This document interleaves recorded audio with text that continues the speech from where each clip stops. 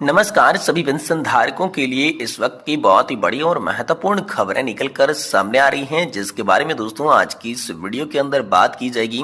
जी हां दोस्तों, पहली बड़ी खबर ईपीएस 95 पेंशन धारकों के लिए निकल कर आ रही है। 1400 रुपए की पेंशन में पेंशनभोगी कर रहे हैं गुजारा। ईपीएस 95 न्यूनतम पेंशन 7500 रुपए की मांग पर कर्मचारी भविष्य निधि संगठन की अनदेखी के खिलाफ होगा बड़ा प्रदर्शन। जी हाँ दोस्तों, एक बार फिर से कर्मचारी भविष्य निधि संगठन के खिलाफ ईपीएस 95 पेंशन धारकों ने प्रदर्शन करने का फैसला कर दिया है। तो दोस्तों आखिरकार 7500 की मांग क्या है, कब तक ये मांग पूरी होने वाली है और इसको लेकर क्या बड़ा प्रदर्शन होने वाला है, राष्ट्रीय संघर्ष समिति ने अपने स्तर पर क्या बयान दिया है, इसके बारे में दोस्तों आज की इस वीडियो के अंदर बात की जाएगी। साथ ही साथ दोस्तों यहाँ पर जो हम अगली बड़ी खबर की बात करें तो कोश्यारी समिति की रिपोर्ट पर 3000 रुपए की पेंशन 10 साल का एरियर दीजिए मोदी जी। जी हाँ दोस्तों, इसको लेकर नई रिपोर्ट पेंशनधारकों के द्वारा जारी कर दी जा चुकी है, तो इसके बारे में भी आज की इस वीडियो के अंदर बात करेंगे। वहीं दोस्तों हम सभी के लिए ब्रेकिंग न्यूज निकल कर आ रही है। ओपीएस लागू करने पर दोस्तों आदेश पर दोस्तों सुप्रीम कोर्ट ने लगाई है रोक। जी हाँ दोस्तों, पुरानी पेंशन योजना लागू करने के आदेश को लेकर सुप्रीम कोर्ट ने रोक लगा दी है। ओल्ड पेंशन योजना को लेकर बड़ा अपडेट निकल कर सामने आ चुका है। तो आखिरकार पुरानी पेंशन योजना को लेकर क्या बड़ा अपडेट आया है, इसके बारे में भी आज की इस वीडियो के अंदर बात करेंगे। वहीं दोस्तों ओआरओपी 3 टेबल जारी, आदेश आप सभी के लिए इसके लिए जारी हो चुका है।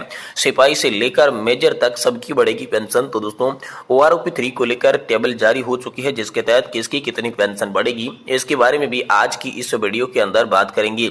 यानी कि दोस्तों पेंशन धारकों से जुड़ी तमाम बड़ी खबरों की चर्चा आज की इस वीडियो के अंदर करेंगे। इसलिए आप सभी से निवेदन करते हैं कि दोस्तों आज की इस वीडियो को आप लास्ट तक देखिएगा।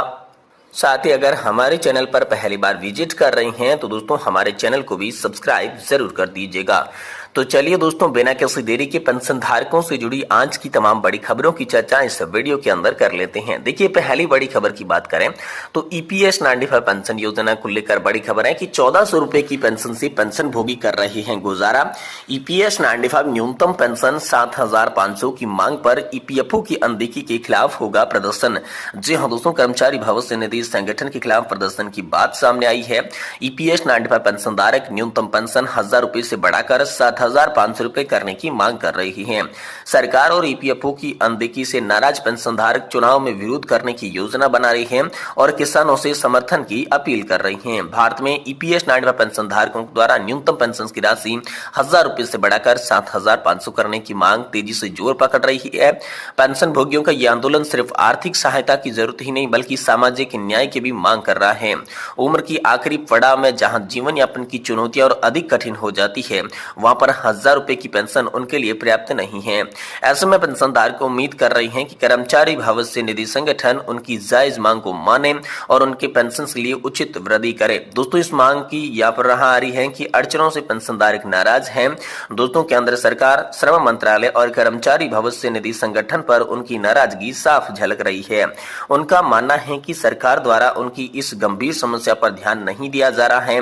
गौतम चक्रवर्ती जो कि एक वरिष्ठ नागरिक हैं, वे अपनी नाराजगी व्यक्त करते हुए कहते हैं कि प्रधानमंत्री मोदी जी ने किसानों की मांग को जिस तरीके से मान्यता दी है वह सराहनीय है, लेकिन निजी स्कूलों के शिक्षक और अन्य संगठित क्षेत्र के कर्मचारियों के योगदान को नजरअंदाज नहीं किया जाना चाहिए। पेंशनधारकों का कहना है कि निजी स्कूलों के शिक्षकों और अस्पतालों के कर्मचारियों और अन्य संगठित क्षेत्र में काम करने वाले लोग राष्ट्र निर्माण में महत्वपूर्ण भूमिका निभाते हैं। ये लोग अपने अपने क्षेत्र में उत्कृष्ट प्रदर्शन का देश की वैश्विक मंचों पर सम्मान दिलाते हैं, लेकिन दुर्भाग्यवश जैसे ही ये लोग वृद्धावस्था में पहुंचते हैं, सरकार और समाज दोनों ही इन्हें भूल जाते हैं। इस समय जब जरूरी वस्तुओं की कीमतों आसमान छू रही है, तब भी ईपीएस 95 पेंशन भोगियों को औसतन 1400 रुपए की मासिक पेंशन से गुजारा करना पड़ रहा है। यह स्थिति उनकी आर्थिक असुरक्षा और गहरा करती है और इस पेंशन की राशि को बढ़ाने की मांग हेतु पेंशन भोगियों ने इसे चोट पर नमक छिड़कने जैसा माना है। दोस्तों मौजूद यहाँ पर मानसून सत्र के दौरान लोकसभा और राज्यसभा विधानसभा में विभिन्न दलों के सांसदों और यहाँ पर जो है पार्टी लाइन के ऊपर उठकर पेंशन धारकों ने दयनीय स्थिति पर आवाज उठाई। उन्होंने पेंशन धारकों की पेंशन वृद्धि की मांग को पुरजोर तरीके से प्रस्तुत किया है, लेकिन टीम मोदी इस पर कोई खास असर नहीं होता दिख रहा है। सरकार ने इस मामले में अभी तक कोई भी ठोस कदम नहीं उठाया है, जो पेंशन धारकों के बीच और भी अधिक नाराजगी का कारण बन रहा है। दोस्तों, यहाँ पर पेंशन धारकों ने उत्तर प्रदेश विधानसभा चुनाव की 10 सीटों पर होने वाले उपचुनाव में भाजपा के खिलाफ एक रणनीति तैयार की है। वे मानते हैं कि इस चुनाव के माध्यम से सरकार और श्रमिकों के प्रति कई खराब व्यवहार के लिए एक मूल्य चुकाना पड़ेगा। ये उपचुनाव पेंशन धारकों के लिए अपनी शक्ति प्रदर्शन करने का एक अहम मौका प्रदान करता है। आपको बता दें कि पेंशन धारकों ने किसानों से अपील की है कि वे उनके संघर्ष में उनका साथ दें। उनका मानना है कि किसान अपनी संगठनात्मक ताकत का इस्तेमाल करके एनडीए सरकार को पेंशन वृद्धि के लिए मजबूर कर सकती हैं। उन्होंने किसानों को ये याद दिलाया कि योगदान का लाभ समाज के सभी वर्गों ने उठाया है और अब समय आ गया है कि वे पेंशनधारकों की इस जायज मांग का समर्थन करें।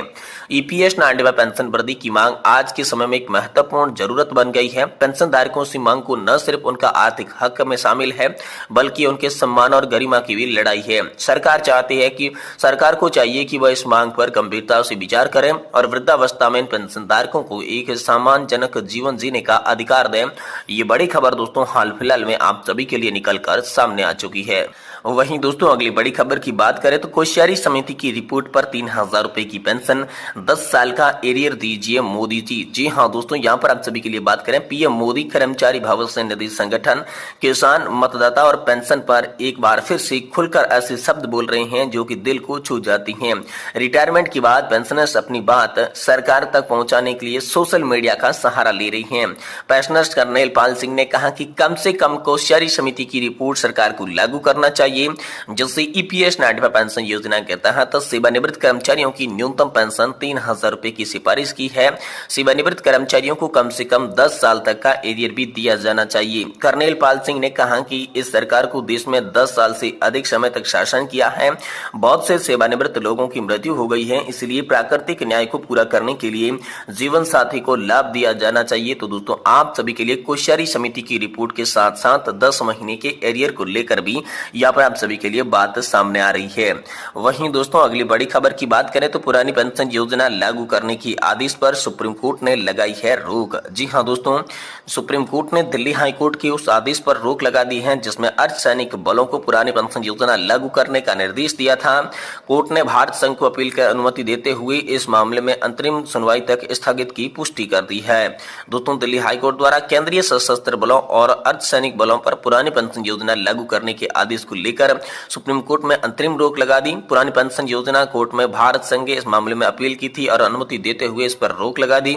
दिल्ली हाई कोर्ट ने एक महत्वपूर्ण निर्णय दिया था। केंद्रीय सशस्त्र बलों या पर कर्मचारियों को पुरानी पेंशन योजना लागू की गई थी। हाई कोर्ट ने पवन कुमार और अन्य बनाम भारत संघ मामले में निर्णय दिया जिसमें सीआरपीएफ, बीएसएफ, सीआईएसएफ और दोस्तों आईटीबीपी जैसे बलों के कर्मचारियों को ओपीएस लाभ देने से इनकार करने वाले आदेशों को रद्द करने की मांग की गई थी। सुप्रीम कोर्ट के जस्टिस संजीव खन्ना, जस्टिस संजय कुमार और जस्टिस आर महादेवन की पीठ ने हाईकोर्ट के आदेश के खिलाफ भारत संघ की अपील को सुनते हुए ये रोक लगाई है। Additional solicitor general Aishwarya Bhati ने सरकार की ओर से पेश करते हुए बताया कि सीएपीएफ कर्मी देश की रक्षा बलों में समानता की मांग कर रहे हैं और हाईकोर्ट ने ओपीएस को सभी सीएपीएफ कर्मचारियों पर लागू करने का आदेश दिया।